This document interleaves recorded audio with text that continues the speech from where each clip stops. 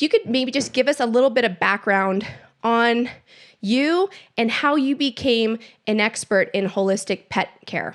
Like many doctors, it took me getting really sick to learn that conventional medicine it's not good for chronic disease. And so it took me getting sick to find another way to solve my own health problems. And part of that was really changing my diet away from the standard American diet of highly processed foods.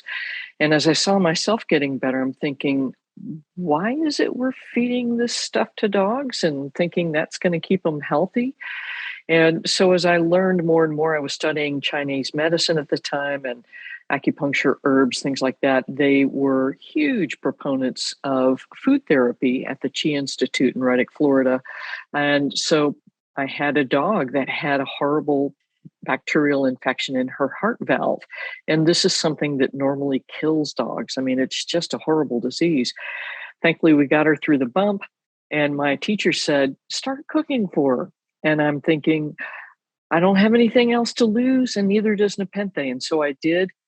She did not want anything to do with acupuncture needles. She loved the home cooked food. She ate the herbs within it, and she lived another 4 years with from this disease that should have killed her within a month or so. So that was a huge, huge lesson for me that what I'd been taught to say just wasn't right.